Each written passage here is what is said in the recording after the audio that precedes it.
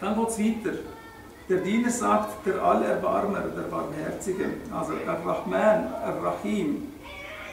Und auch das, zwei Wörter, wo wir immer so mit Barmherzigkeit und so übersetzen. Meistens kommt das zu wenig über. Also ich habe früher mir auch immer gesagt, der Allerbarmer, der Barmherzige. Was ist eigentlich der Unterschied? Und im Deutschen würde ich das heute noch fragen. Ich sehe keinen Unterschied jetzt rein vom deutschen Wort. Im Arabischen haben wir Rahman und wir haben Rahim. Ich weiß nicht, ob ihr schon ein bisschen arabischen Unterricht gehabt habt. Alle Wörter im Arabischen, die haben alle einen Stamm. Und die meisten Stämme bestehen aus 3 Buchstaben. Und aus dem Stamm gibt es nach einem ganz bestimmten Muster kann man dann ganz viele Aussagen machen. Also der Stamm von Rahman und Rahim ist der gleiche. Also die haben den gleichen Ursprung. Rahim, Rahm. Auf Türkisch, was heißt noch Rahim? Wisst ihr, gibt es noch ein Organ, das so heißt? Wer weiß welches? Gebärmutter, ja. Wieso heißt das so? Rahim heißt eigentlich 2 Sachen näher bringen.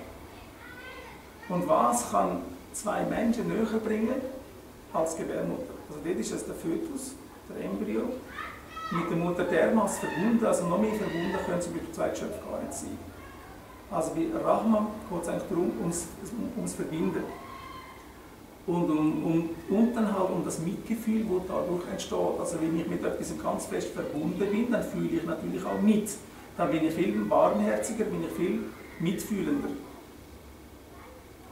Wenn ich einen Stamm habe und am Schluss mit An, mit so einer langen A und einem Nun aufhöre, also Rahman, dann tue ich immer gerade das meiste von dem eigentlich sagen. Also wenn ich sage, das ist Rahman oder er ist Rahman, dann ist er nicht nur barmherzig, sondern er ist gerade der barmherzig. Das ist die oberste Stufe von Barmherzigkeit.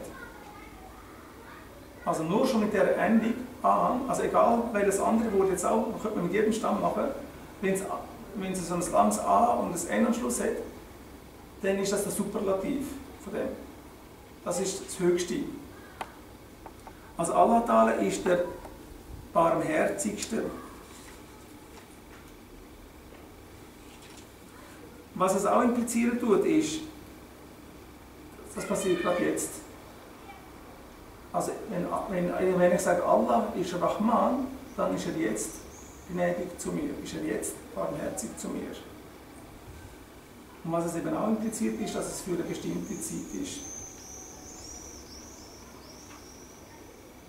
Ja, es ist nicht unendlich.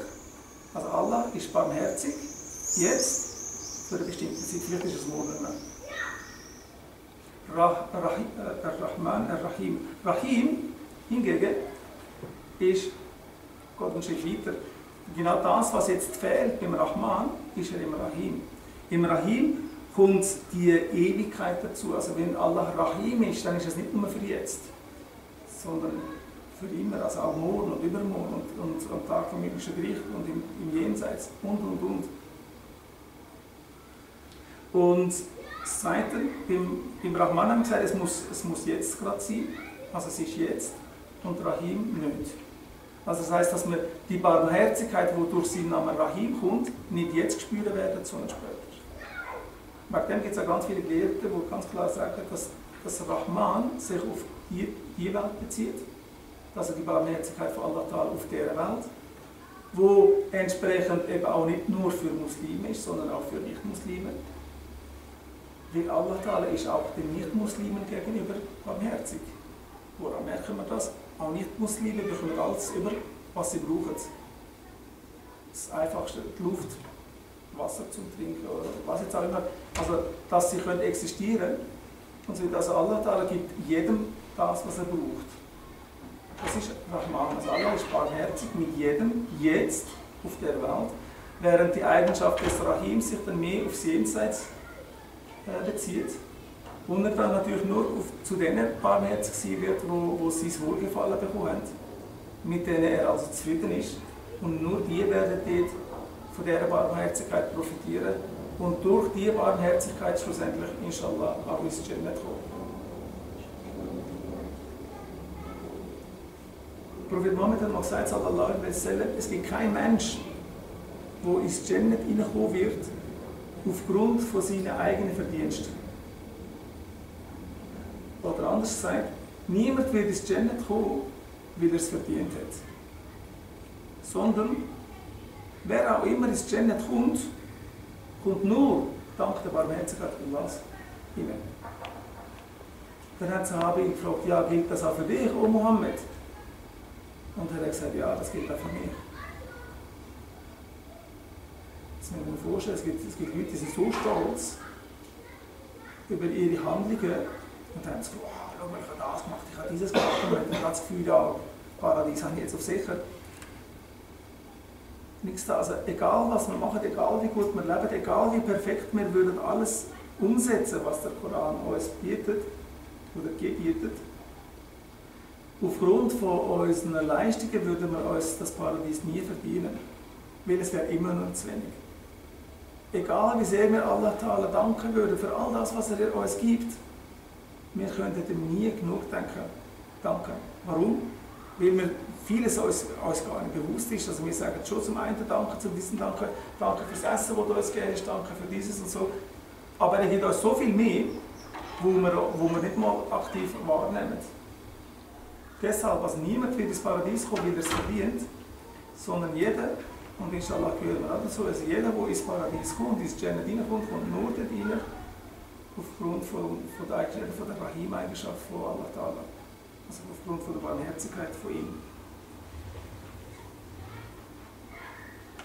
Und jetzt wieder, also der Diener sagt, der Allerbarmer, der Barmherzige, und nachdem sagt dann Allah, mein Diener hat mich gelobt. Also er wiederholt es. Er sagt nicht, er hat ja mich gepriesen, sondern er tut es als zweites Mal sagen, also er ist immer noch mit uns. Er lässt uns immer noch zu. Und da gibt es jetzt das Wort, also im Arabischen kommt dann da das Wort Etena vor. Also da heisst es jetzt einfach bei der deutschen Übersetzung, die ich gefunden habe, mein Diener hat mich gelobt, aber im Arabischen heisst es nicht nur einfach, er hat mich gelobt, sondern mit dem Zusatz Etena, also er hat mich um ein Vielfaches gelobt. Und zwar vom arabischen Wort Etena, das ist wie wenn du Papier falten tust. Also wenn ich es nur einmal falte, habe ich nachher 2 Stück. Wenn ich es zweimal falte, habe ich 4. Wenn ich es nochmal falte, habe ich 8. Also ich habe mit nur einmal mehr ein Vielfaches mehr. Und das ist der Begriff, der hier benutzt wird. Wir haben ja vorher schon gesagt, Alhamdulillah, Rabbil Alamin. Und dort hat Allah gesagt, er hat uns gepriesen. Nachher haben wir ihn nochmal gepriesen, indem wir gesagt haben, er ist Rahman. Dann haben wir ihn nochmal gepriesen, indem wir gesagt haben, er ist Rahim. Und Allah Ta'ala tut das auch genau als solches wahrnehmen. Also das heisst, er sagt nicht, er hat uns 3-mal gelobt, sondern er tut es gerade mit einem Vielfachen loben. Also mein Diener hat mich um ein Vielfaches verherrlicht, gelobt. Also vielleicht in Erinnerung zu bringen, das heisst, wenn man sich Allah Ta'ala einen Schritt näher tut, er sich uns 10 Schritte näher. Ein bisschen wie das. Also, wir tun zwar nur 3-mal etwas sagen, aber für ihn ist das schon ein Vielfaches.